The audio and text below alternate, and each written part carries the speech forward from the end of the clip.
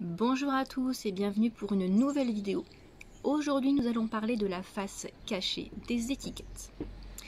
Dans mon dernier post sur Instagram, je vous ai incité à faire le tri dans vos placards, à faire le tri entre les produits sains et les produits issus de l'industrie agroalimentaire ultra transformée. Pourquoi faire le tri dans ces placards? Parce que pratiquement tous les produits issus de l'industrie agroalimentaire sont bourrés de produits chimiques qui ne vous veulent pas de bien du tout. Alors que ces produits soient bio, que ces produits soient végétaux, qu'ils soient véganes, c'est la même chose. Vous avez des additifs, vous avez des colorants, vous avez des exhausteurs de goût et d'autres choses dont nous allons parler tout de suite.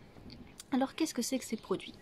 L'autre fois par exemple je cherchais à acheter de la compote de pommes, que généralement bien sûr je fais à la maison, mais de temps en temps pour les voyages ça peut être bien pour les enfants. Sauf que dans toutes les compotes qui étaient vendues sous forme de petites gourdes ou sous forme de petits pots individuels, il y avait de l'acide citrique ou de l'acide ascorbique utilisé comme conservateur. Ces produits sont inflammatoires pour le tube digestif. Point barre. Ils abîment le système digestif, ils peuvent abîmer l'estomac. Et ça, vous en retrouvez partout, hein, vraiment, quelle que soit la marque, quelle que soit l'étiquette bio ou pas. Qu'est-ce que vous avez comme autre produit dont il faut se méfier? Vous avez tous les produits issus du maïs, c'est-à-dire le sirop de glucose à base de maïs, l'amidon également. Si vous voyez sur une étiquette amidon, tout court, sans précision, c'est de l'amidon maïs. Qui dit maïs dit OGM. Tous les maïs utilisés dans l'industrie agroalimentaire sont de source génétiquement modifiée.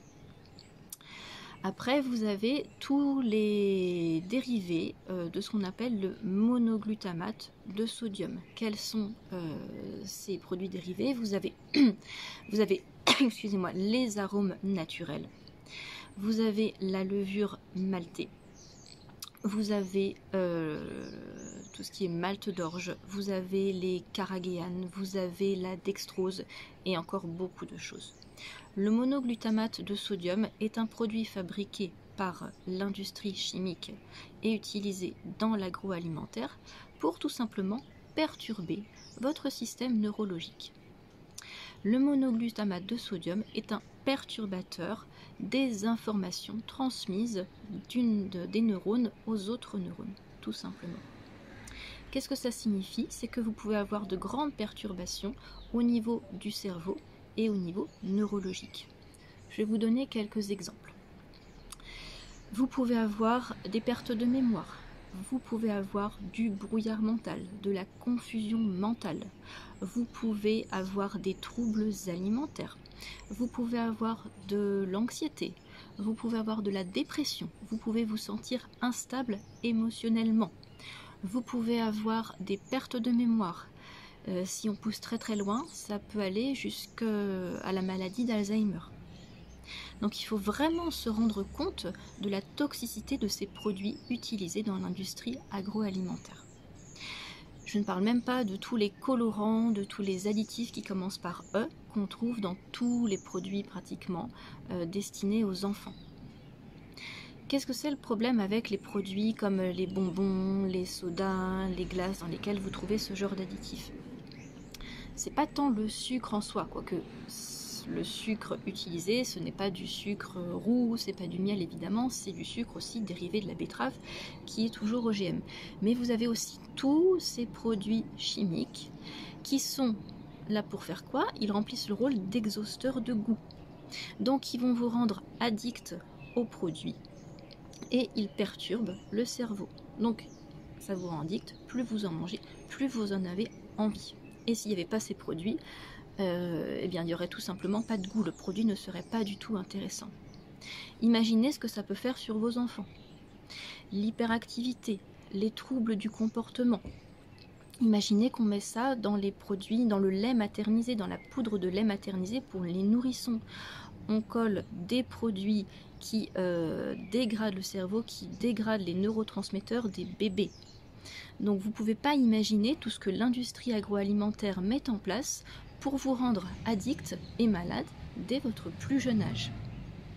C'est pour ça qu'il est vraiment fondamental de savoir décrypter ce qui se passe ce que signifient tous ces mots utilisés sur les étiquettes des produits agroalimentaires. Parce que c'est peut-être à cause de ça aussi que vous n'avancez pas.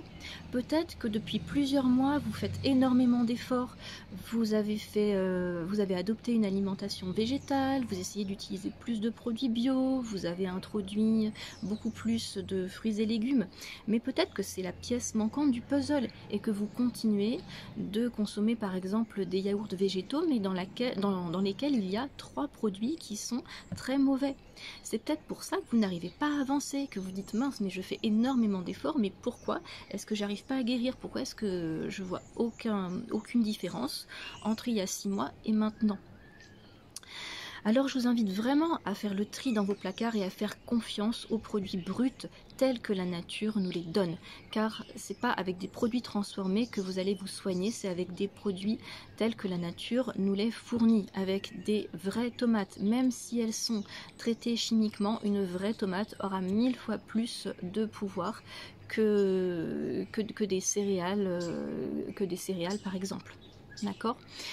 Il faut vraiment faire confiance à ces produits parce que eux seuls ont une puissance de guérison.